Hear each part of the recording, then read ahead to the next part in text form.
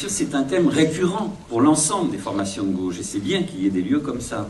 Mais on ne peut pas mener ce débat sans avoir en tête que cette unité s'est réalisée parfois, s'est dispersée parfois, que la gauche s'est retrouvée en situation de gouverner, notamment au niveau de l'État, et qu'elle n'a jamais pu gouverner durablement, et que cela, quelque part, signifie que le peuple de gauche a considéré que le compte n'y était pas quand la gauche gouvernait, et que ça ne permettait pas de changer la vie. Dire cela, ce n'est pas dire que la gauche et la droite mènent la même politique, mais c'est faire un constat objectif. Mais d'une manière, quand Démocratie et Socialiste, dans son affiche, dit « ancrer le parti socialiste à gauche », je suppose qu'il le dit parce qu'il dit bien qu'il y a problème, en quelque sorte, qu'il faut y arriver. Donc c'est un problème qui, dans l'histoire, la question de l'unité est importante. Donc je veux rappeler, en ce qui concerne le Parti communiste français, mais aussi le Front de gauche, puisque nous venons d'adopter une déclaration commune du point de vue stratégique, nos objectifs sont clairs pour 2012, il faut battre la droite, il faut faire reculer l'extrême droite, il faut élire un président de gauche, une Assemblée nationale majoritairement à gauche, et il faut s'efforcer de créer les conditions d'une majorité qui gouverne ce pays autrement pour opérer une transformation sociale. Battre Sarkozy, pas besoin de décrire pourquoi, ici tous on sait que c'est insupportable, cette politique qui est menée. Mais une question peut se poser. Est-ce qu'il y a un doute sur l'utilité de battre Sarkozy? Est-ce qu'il y a des formules du type blanc-bonnet et bonnet-blanc? Nous, on ne les utiliserait pas, on les a utilisées entre deux candidats de droite. Donc, mais la question se pose. Est-ce que la présence d'un gouvernement de gauche, certains diraient social-démocrate, réformiste, etc., finalement, est quelque chose qui bride les luttes? C'est une idée qui peut exister. Je ne le crois pas, évidemment. Nous ne le croyons pas. La question pour nous, c'est un deuxième mandat de Nicolas Sarkozy. C'est la poursuite, évidemment, de la destruction de tout le système français, mais de la libération. C'est quelqu'un du MEDEF qui l'a dit très clairement. Donc, deuxième mandat de Nicolas Sarkozy, non. Mais comme en même temps, il ne suffit pas de mettre en place un gouvernement de gauche, je dis aussi, je veux dire clairement, merci aux syndicats d'affirmer fortement qu'ils veulent rester indépendants. Parce que la question de la lutte, que j'ai entendu 3/4 d'heure du débat tout à l'heure, la question de la lutte sur les retraites, unité, ça permet la mobilisation, je suis d'accord. Mais ensuite, la victoire qui a été... Pour moi, c'est une victoire au niveau du débat d'idées. La victoire qui a été remportée, c'est que ça a unifié les Français sur l'idée que la réforme était injuste, qu'il y avait une autre réforme qui permette le maintien de la retraite à 60 ans à taux plein, sans augmenter la durée de cotisation. Et dans le fait qu'il n'y a pas eu de grève générale, il y a aussi eu le fait qu'à gauche, tout le monde ne portait pas ce discours-là. Et que ça joue dans le débat d'idées, y compris sur la mobilisation syndicale. Donc il faut que la gauche prenne ses responsabilités, et il faut bien sûr que les syndicats restent indépendants. Je vais avoir du mal sur 10 minutes, je le sens. Je vais résumer. Deuxièmement, combattre Le Pen. Il y a deux débats derrière cette question. Il y a ne pas renoncer à défendre nos valeurs et la question sociale.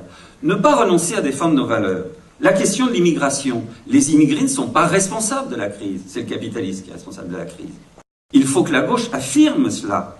Quand j'ai évidemment lu attentivement le programme du Parti socialiste, donc je vais essayer, pour être concret, de poser un certain nombre de questions, quand je lis dans le programme du Parti socialiste qu'il faut combattre les entrées illégales, mais dans le problème concret aujourd'hui posé par Lampedusa, comment on dit si l'entrée est illégale ou pas? Quand on dit qu'il faut des critères précis des sans-papiers, avec 10 ans d'ancienneté de travail.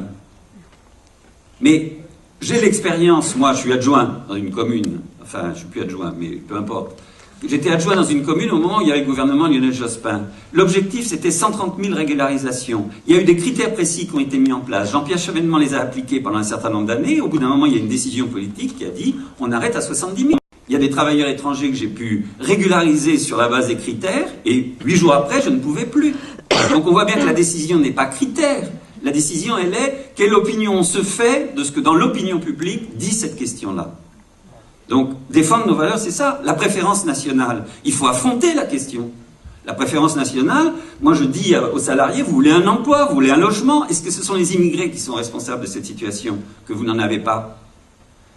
Et par contre, la préférence nationale, c'est une formidable machine de guerre, notamment dans les entreprises, pour opposer les salariés entre eux. Il faut mener la laïcité. Le programme dit du Parti socialiste dit créer une charte de la laïcité. D'une certaine manière, c'est rouvrir un débat. C'est un débat que nous avons d'ailleurs avec le Parti de gauche, qui n'est pas facile entre nous sur cette question-là. C'est rouvrir le débat. Est-ce qu'il faut rouvrir le débat ou est-ce qu'il faut faire une haute autorité rassemblant l'ensemble des gens qui sont concernés, qui appliquent les lois telles qu'elles sont, en les épurant bien sûr de tout ce qui les a dégradés d'une certaine manière, je pense à la loi de 1905. Mais est-ce qu'on rouvre une querelle sur cette question ou est-ce qu'on dit on a dans notre République telle qu'elle était les bases pour traiter de cette question-là et on trouve les formes de la traiter, mais on ne relance pas un débat. Si on relance le débat, c'est pas parce qu'il y aura un gouvernement de gauche qu'on n'empêchera pas Marine Le Pen et d'autres d'enfourcher cette question-là d'une façon négative. Ensuite, la question sociale, je disais, pour combattre Le Pen, la question sociale. Mais la question sociale, c'est pas seulement voilà, il faut emploi, salaire, etc. C'est pas seulement ça, c'est être crédible sur cette question-là. Je pense que la question qui est posée pour faire reculer le Front National, c'est de donner le sentiment qu'en votant à gauche, on va réellement, cette fois, faire une politique sociale et changer la vie de nos concitoyens. Je crois qu'il n'y a pas d'autre façon de faire reculer le vote du Front National. Ce ne sont pas des gens à gauche qui disent la droite, la gauche, c'est pareil. C'est Marine Le Pen qui le dit. Sur le rassemblement, pas de faux procès. En ce qui concerne le Front de gauche, c'est très clair. Nos textes le disent clairement. Nous voulons au deuxième tour un rassemblement pour battre la droite. Et je l'ai rappelé tout à l'heure. Et nous voulons créer les conditions pour un gouvernement qui gouverne autrement. Sur cette question, on ne peut pas le décider aujourd'hui. Et en ce qui concerne le Parti communiste, vous le savez bien, il a été dans des gouvernements, il a été en soutien.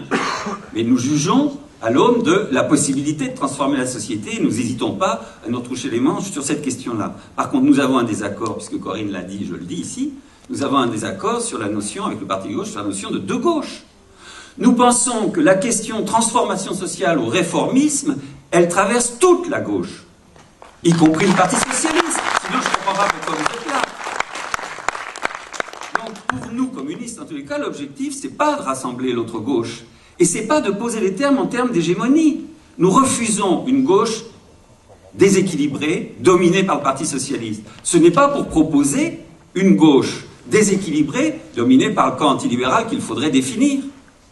Donc nous voulons une gauche unie. Si nous proposons la proportionnelle dans toutes les élections, c'est parce que nous pensons que c'est le meilleur moyen de représenter les courants d'opinion en fonction de ce qu'ils portent dans la société, et au passage, le meilleur moyen d'assurer la parité également. Nous reprenons les 4 propositions de démocratie socialiste et de l'UMA. C'est un joli nom, l'UMA, d'ailleurs.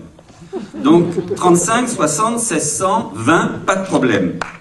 J'ajoute même, elle s'est inscrite dans les propositions, et comme Corinne, tu l'as dit, chouette, voilà, une affaire réglée. Et j'ajoute même, Gérard le sait, que dans la proposition que nous faisons, nous proposons la refonte du Code du travail. Je le dis au passage, parce que je n'aurai pas le temps de développer, la refonte du Code du travail avec 2 objectifs, pas seulement, mais 2. L'égalité de salaire entre hommes et femmes dans les entreprises et la lutte contre la précarité. Pour nous, la question de l'égalité de salaire entre les femmes et les hommes ne peut pas être l'objet d'un marchandage sur les exonérations de cotisations sociales. Pour nous, c'est un droit. Donc il faut qu'il soit dans le Code du travail et qu'il y ait des sanctions en tant que telles si ce n'est pas respecté par les entreprises. Mais je reprends, 35, 60, 1600, 20. Ça ne suffit pas de dire qu'on est d'accord. Je ne l'ai pas vu écrit comme ça dans le programme du Parti Socialiste, mais Benoît va sans doute nous dire que c'est écrit comme ça, qu'il est d'accord. Mais il faut... Non, mais attendez. J'étais à Pau, dans l'université d'été que Benoît avait organisée, et le discours de Benoît est de gauche, indéniablement. Et ça ne suffit pas. Ça ne suffit pas. Il faut ensuite regarder concrètement. Il a eu chaud. Donc, 35 heures... Excusez-moi, voilà. 35 heures sans diminution de salaire. Et 35 heures dans la fonction publique. Est-ce qu'on se souvient que dans la défaite de Lionel Jospin, il y a l'interprétation qu'en ont fait notamment les hospitaliers sur les 35 heures, alors que c'est évidemment une mesure de gauche, qu'il faut la réduction du temps de travail, mais la façon dont ça a été fait, tous les hospitaliers ont dit « vous nous avez créé une situation de travail absolument insupportable ». Donc les 35 heures sans diminution de salaire et avec une politique publique qui embauche, qui crée des emplois, qui permet d'appliquer les 35 heures. Ça, c'est une question pour nous qui est essentielle. Là, c'est pas dans le programme du PS, mais les commentateurs auprès du programme du PS disent que c'est basé sur un certain nombre de données économiques. Si c'est le cas, et Benoît va nous le dire, Les données économiques, c'est basé sur une inflation à 2% et une augmentation de la dépense publique à 1,7%. Mais là, le verre est dans le fruit pour nous. Parce qu'on est dans la logique de limitation de la dépense publique. Or, le déficit public, il tient en deux colonnes, des ressources et des dépenses. Et je ne suis pas pour l'inflation de la dépense publique, je suis pour la dépense publique efficace.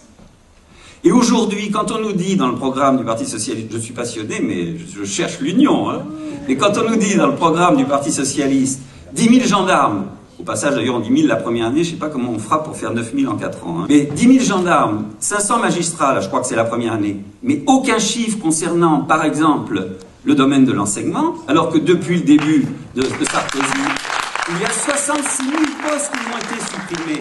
Donc la loi RGPP, non seulement on lui met fin, mais est-ce qu'en même temps on embauche? Et ça pose la question, encore une fois, de la dépense publique. Et donc de l'Europe, d'une certaine manière, je ne vais pas redire, ça fera gagner du temps, ce qu'a dit Corinne sur cette question du traité de Lisbonne, où évidemment, nous sommes en accord, c'est constitutif en quelque sorte du front de gauche. Donc il n'y a pas de problème. Après, c'est comment on fait, c'est un problème compliqué, mais qu'on peut travailler. Voilà. Donc 60 heures évidemment, mais je veux donner un chiffre quand même. 60 heures, ça ne suffit pas de dire 60 ans. La retraite à 60 ans, oui. La retraite à 60 ans. Ça ne suffit pas. Là encore, le programme du PS dit on garantira par une contribution du capital. Le compte n'y est pas. Donc là, la question qui est posée, et c'est une question centrale de la transformation sociale, c'est est-ce qu'on va taxer les profits financiers?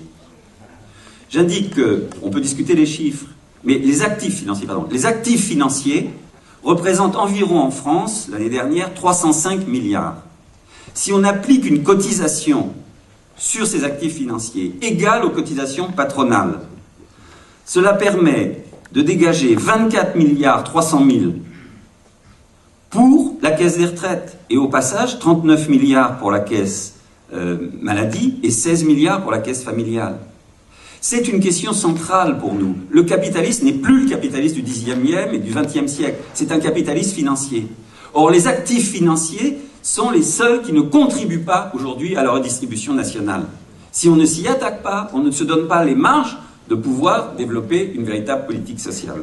Sur le SMIC à 1600, il faut simplement préciser tout de suite. Donc, en 81, c'était 10 ou 13%, peu importe. Mais aujourd'hui, compte tenu que le SMIC va être réévalué de 2% au 1er juillet, la proposition du SMIC à 1600 brut, c'est 15%. La question, c'est qu'il faut en même temps le rendre crédible, ce que je disais par rapport à Marine Le Pen, le rendre crédible, et ça suppose une réforme de la fiscalité des entreprises, évidemment. Parce que sinon, les grands groupes n'ont pas de problème, mais les PME, les TPE ont un problème. Et cette réforme de la fiscalité des entreprises, ça ne peut pas être simplement l'élargissement de l'assiette sur la valeur ajoutée. Parce que là, le patronat a l'habitude de manœuvrer cela. Donc l'élargissement de l'assiette, c'est aussi élargir aux actifs financiers.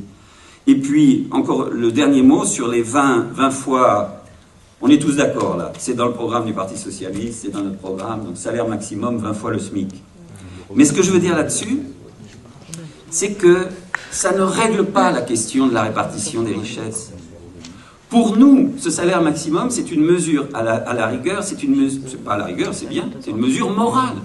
C'est une mesure de moralisation de la vie politique et de la vie sociale française. Mais la répartition des richesses passe par autre chose. Ça passe notamment par l'augmentation des salaires, et il faut encore une fois que l'État, en tant qu'employeur, donne l'exemple, ce qu'il n'a pas fait les dernières fois qu'il était au pouvoir, lorsque c'était un État de gauche. Excusez-moi d'avoir dépassé.